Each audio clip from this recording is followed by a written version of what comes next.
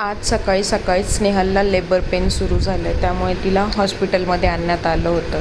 तर अगदी थोड्याच अवधीत तिला म्हणजे तिने बाळाला डिलिव्हर केलं, मुलगा झाला होता. सगळेजण खूप खुश होते, आनंदी होते.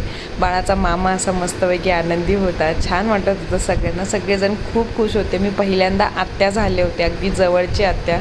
सगळेजण बाळाला बघून खूप आनंदित होते. खूप छान वाटत होतं सगळं.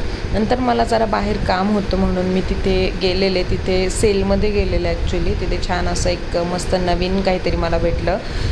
मग त्यानंतर घरी येऊन माझ्या लेकीसोबत खूप मस्ती केली मी. त्या दिवशी विकेंडच होता.